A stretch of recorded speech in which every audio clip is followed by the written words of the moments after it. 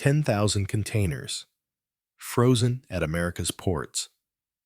This wasn't a weather delay or a labor dispute. This was a policy detonation with a silent fuse. Truckers quitting, retailers filing bankruptcies, essential supplies now being looted from stalled freight yards. And just when the system broke, Washington triggered a tariff surge no one's ready for. So what happens when the world's biggest cargo wave slams into ports already collapsing? You're about to find out.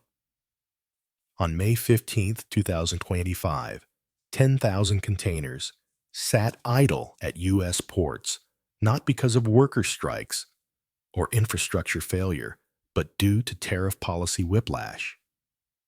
According to Bloomberg, container bookings from China to the U.S. plummeted nearly 50% year over year, driven by weeks of punitive 145% tariffs imposed by the Trump administration. At the port of Long Beach, incoming cargo fell 35% last week, alone with Gene Siraka, executive director of the Port of LOA, warning on CNN that trade with China is very limited right now, adding that the system is seeing an unprecedented disruption. At one point, on May 10th, not a single vessel left China bound for Southern California, a scenario unseen since the COVID-19 lockdowns. Yet even amid this paralysis, a new destabilizing surge is already building behind the curtain. The sudden shift from 145% to 30% tariffs, part of a 90-day U.S. China de-escalation deal, announced May 13th, sparked an aggressive cargo rush, not a recovery. Peter Bukvar, economist at the Book Report, stated that we're about to see a spike in container bookings, the likes of which we've never seen before, as retailers move urgently to front-load inventory before tariffs snap back.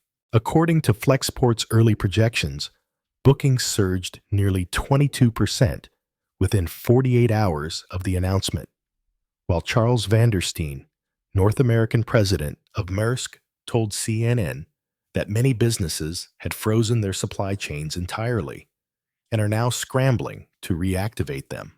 But with U.S. port staffing still below pre-pandemic levels and rail terminals already congested, this tariff reprieve may not bring relief. It may trigger a system overload. Truckers are staring down economic ruin as freight availability collapses. According to the North American Punjabi Trucking Association, thousands of independent operators are reporting volume declines of 60% or more, and rates on key West Coast dredge lanes have fallen below break-even thresholds. Nav Gill, a California-based fleet owner, told CBS his drivers have gone from 50 container moves a week to barely 10, adding, "Our bills haven't changed, but our revenues vanished." American Trucking Association's data shows owner-operator bankruptcies spiked 31% in April 2025, coinciding with the tariff spike. And the problem isn't isolated. Savannah, Charleston, and Houston are now seeing similar breakdowns in load dispatch. But what happens when goods finally arrive and there's no trucking force left to move them? Kansas City rail terminals, hundreds of miles from any port, have become choke points in a crisis they didn't cause. Over 2,000 containers have been stranded in local yards for more than 7 days, many carrying time-sensitive goods like school supplies, parish shovels, and medical equipment. The Wall Street Journal reports that backlogs in inland hubs are rising fastest in the Midwest, where terminals like Chicago's Global Fee and St. Louis Trey Report average dwell times up 47% in just 2 weeks. Logistics analysts at DAT Freight and Analytics say misaligned container flows and delayed rail transfers are compounding the problem with containers out of sync with chassis supply and driver availability. But the real threat isn't what's stuck, it's what's coming. And whether inland hubs will break under the next wave of cargo pressure. This didn't start at the docks, and it won't end at the rails. What we're watching now is the unraveling of a system that once ran like clockwork, and it's picking up speed. Far from providing relief, the 90-day tariff pause may set the stage for a catastrophic flood of imports. According to projections from the Northwest Seaport Alliance Container, volumes could surge up to 35% above seasonal norms by late June as importers rush to beat the tariff deadline.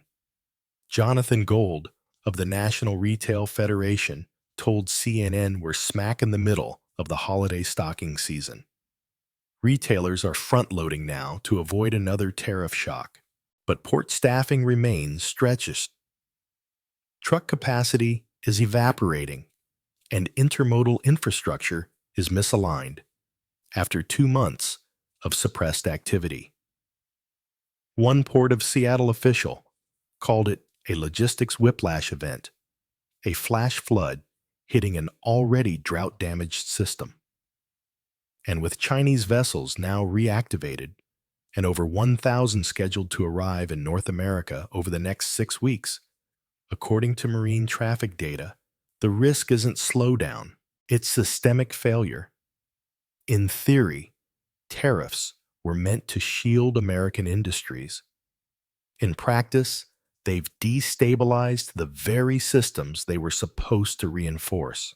Between April and May 2025, the U.S. imposed back-to-back duties peaking at 145%, which the U.S. Chamber of Commerce said resulted in unsustainable cost burdens for small businesses.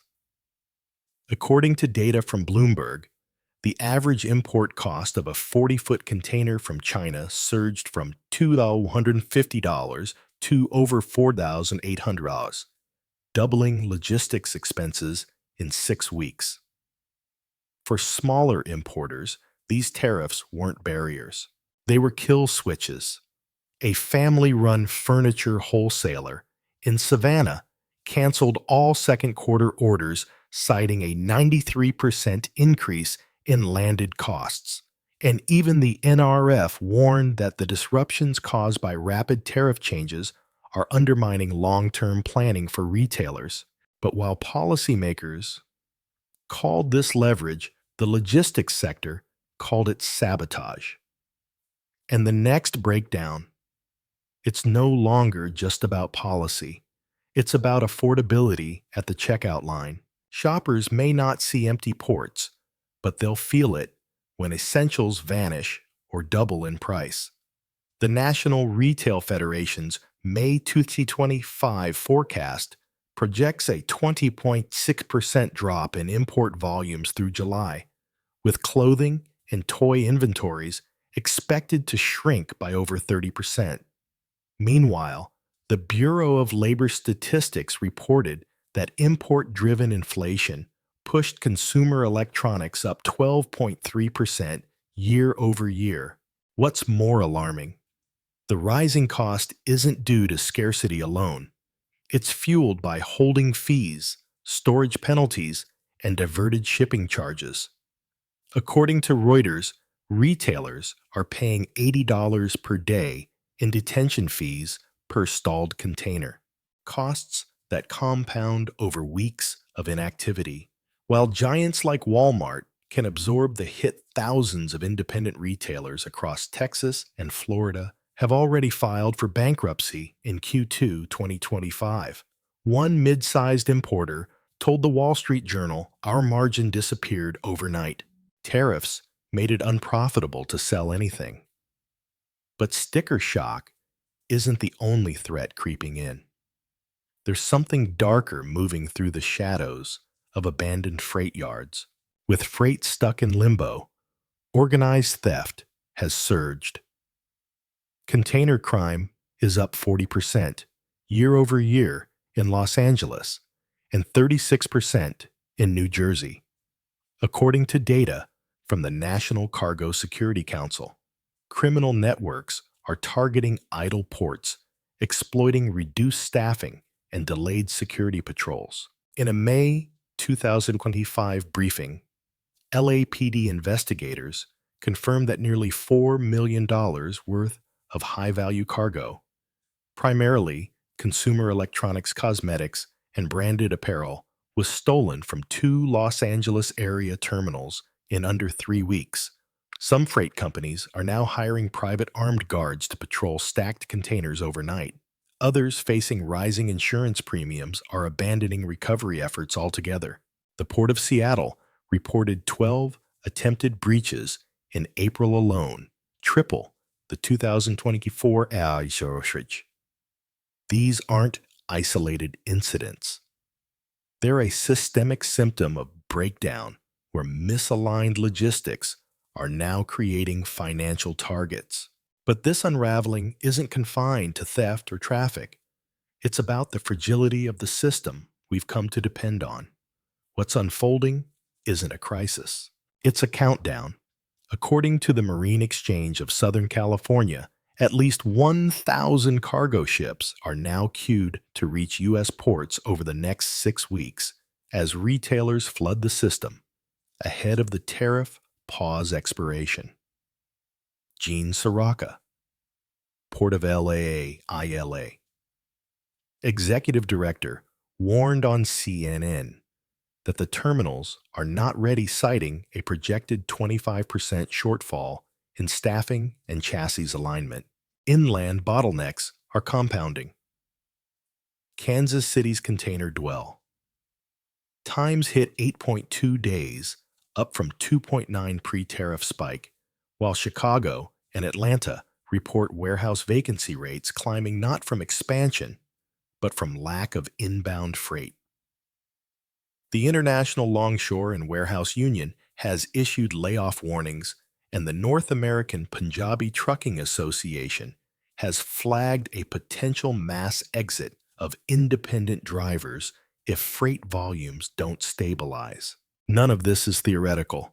Every stalled container carries a chain reaction: empty shelves, lost wages, missed deadlines. And yet the federal response remains fragmented. The clock is ticking.